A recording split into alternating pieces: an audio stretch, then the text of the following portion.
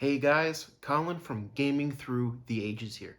I mentioned in my Shadowverse video that I love to play the old Pokemon trading card game on the Game Boy Color. And recently I've been thinking I wanted to get back into the game. Unfortunately, the battery on this has died. But then I remembered that there's a Japan-only sequel to this game that I have never actually played before.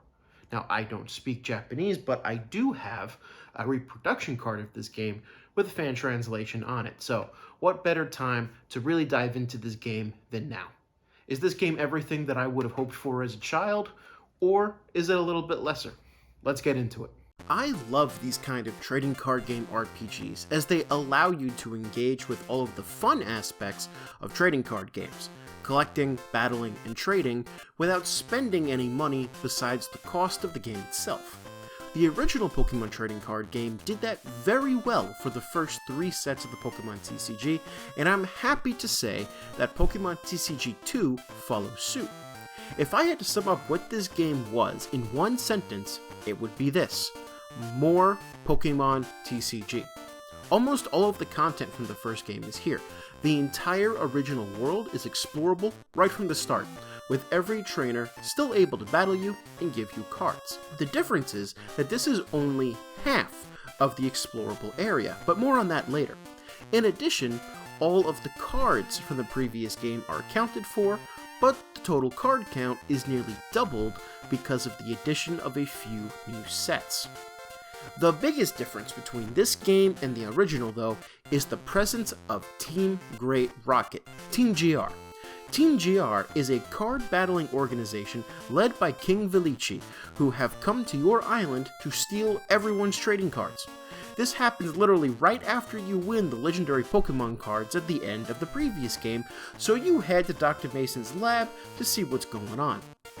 This is as solid a reason for going back to zero as I've ever seen, and would be required for this game to have any kind of challenge.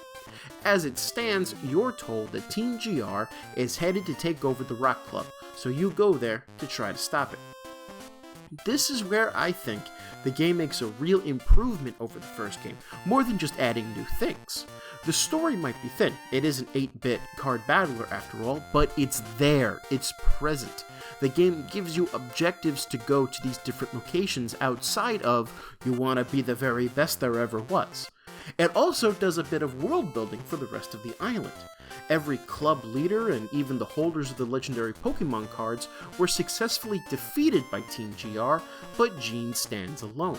It makes you wonder if Gene is canonically the strongest duelist on the island, or if his opponent was just weak, but it gives your character a good narrative starting place. The island is being invaded, but we are the resistance, and we can fight back. Speaking of resistance, we are joined in our efforts by our former rival, Ronald.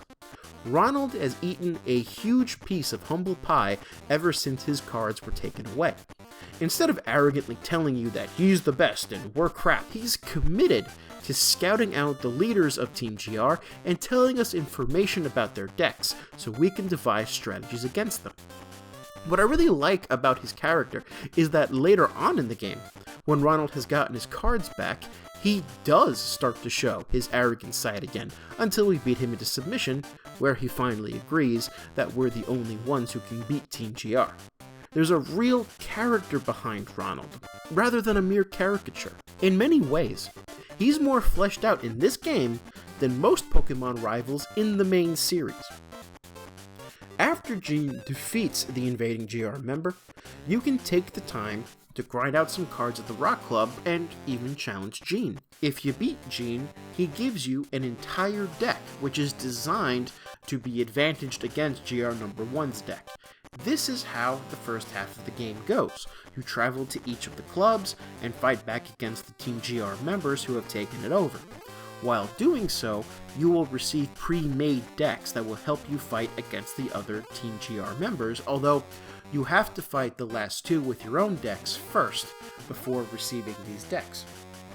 The importance of the decks don't really rely on making the first half of the game easy, Rather, they provide the player with a solid card collection early, including energy cards, allowing you to get started constructing your own deck relatively quickly once you hit the second half. I keep saying first half and second half, so I should explain. Once you take all of the clubs back from Team JR, you earn enough pieces of a coin that will give you access to the GR airport. For some reason, Team GR has no problem with giving you free rides to their own island. And Team GR Island is where the game really begins. On GR Island, the goal is simple. Work your way through the various fortresses and fight your way to Velici's palace. On paper, it's the exact same as the clubs from the first game, except with a tad bit more linearity. However, this is where the game introduces a second innovation: special rules for each duelist. Before you duel each opponent on Team GR Island, you're given a special rule.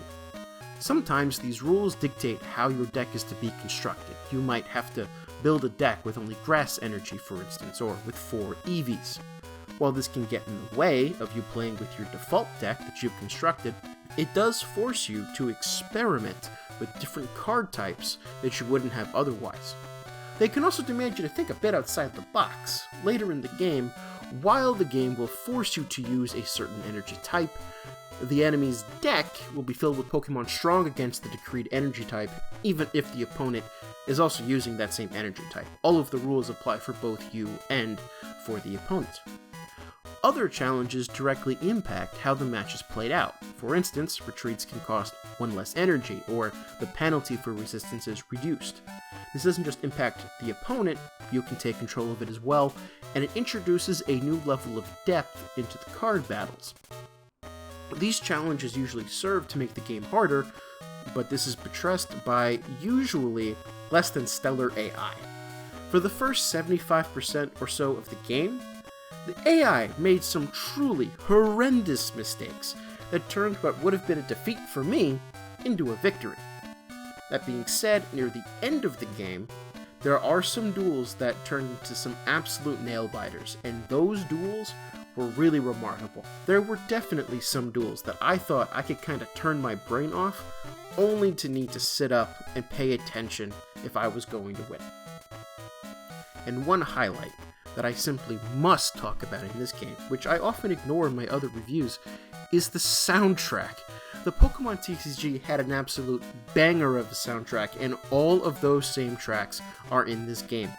However, the team at Hudson Soft went on to craft a few new tracks for fights against Team GR members and for GR Island locations, and they are equally as good, and I can't help but shake my booty when I'm listening to them outside of the game.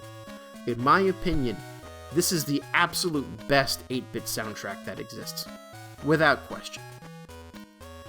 Team GR Island has one location that is completely different from anything found in the original, and that's its version of the Game Corner. Here, you can participate in a number of minigames, from slots to a coin flip challenge to a Pokemon TCG gauntlet. The goal is to gamble chips, which you can use to get specific cards or card packs. It's a good idea, though here I think it fails in execution. Ain't nobody earning money fast by playing the slots, and the coin flip challenge requires knowledge of how to manipulate the coin flips to always land on heads. The end result is that if you want to grind up chips, you just play the gauntlet, which I didn't find worthwhile or engaging to do.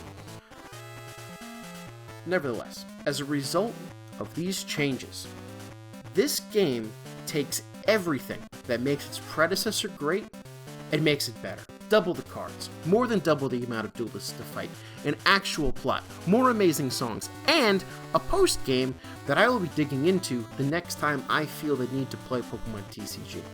The only downside to this game, in my opinion, is that it promises that there will be a new one when in fact we know there won't be. It's an utter shame that this game didn't come out in the States, and it's a double shame that we never got a TCG video game for the Johto or Hoenn region Pokemon. If there's any Pokemon series that deserves to make a comeback, it's this style of trading card game RPG. Well guys, those are my thoughts on Pokemon TCG 2 Here Comes Team GR. I love this game. I think it's an improvement on the first game in every way. And if I ever need to go back to play more Pokemon TCG, I'm going to hop into this game instead of replaying the first one. There's some post-game stuff that I still want to get into. The amount of cards that are in it just makes it more interesting to go back to. And to me, it's a huge shame that we never got to see more of these games, either release in the States or release worldwide in general. We need more card game RPGs. Well, that being said, guys, if you liked today's video, please go ahead, give me a like, give me a subscribe, leave a comment, and I will see you next week for more content from Gaming Through the Ages. Have a great day, everyone.